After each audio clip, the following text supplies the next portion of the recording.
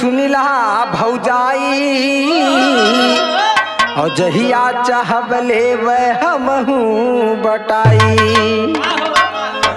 अरे भौजी में होला हमारा धबा खरा जिया ले लेला भौजी तोहारा न खरा।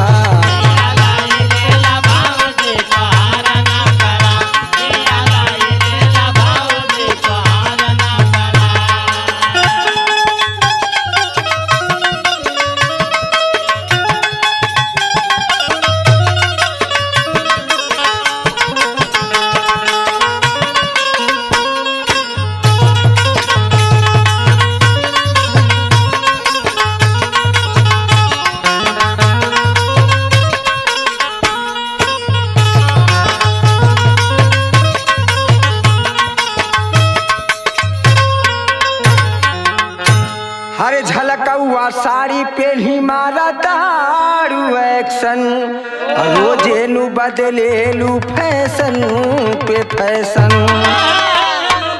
हरी मटकत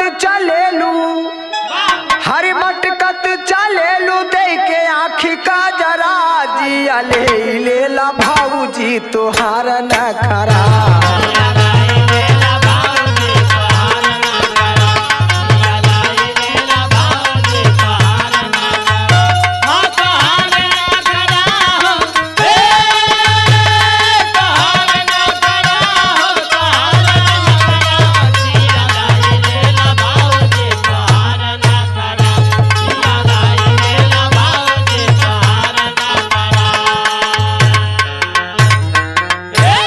हरे पंकज पिया गईले छोड़ी के बहरवा हरिओम के भौजी तू बुझाई सरवा।